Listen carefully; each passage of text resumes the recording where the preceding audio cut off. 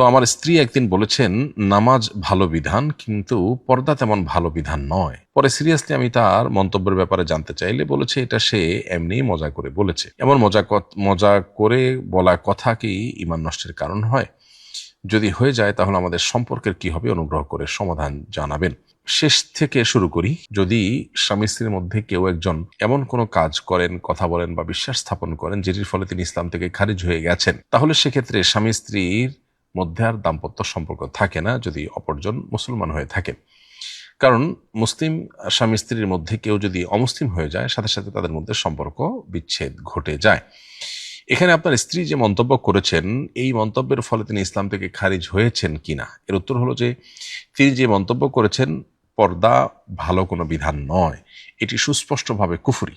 এমনকি রসিকতা করে মজা করে বললেও এটা কুফরি।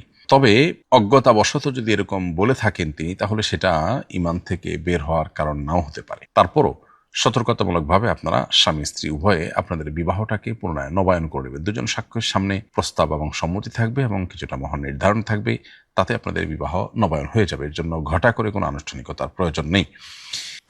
এবং এ ধরনের মন্তব্য করার ব্যাপারে আমাদের সতর্ক থাকতে হবে। শরিয়ার সুস্পষ্ট এবং অকাট্যভাবে প্রমাণিত কোনো বিধান, সেটা যদি কেউ বলে আমার পছন্দ হয় না, ভালো লাগে না, তাহলে সেটা সুস্পষ্টভাবে কুফরি হয়, অবিশ্বাস হয় এবং আল্লাহর সঙ্গে বিদ্রোহের শামিল হয়। এ ধরনের কথা মজা করে বলবার মতো বিষয় নয়।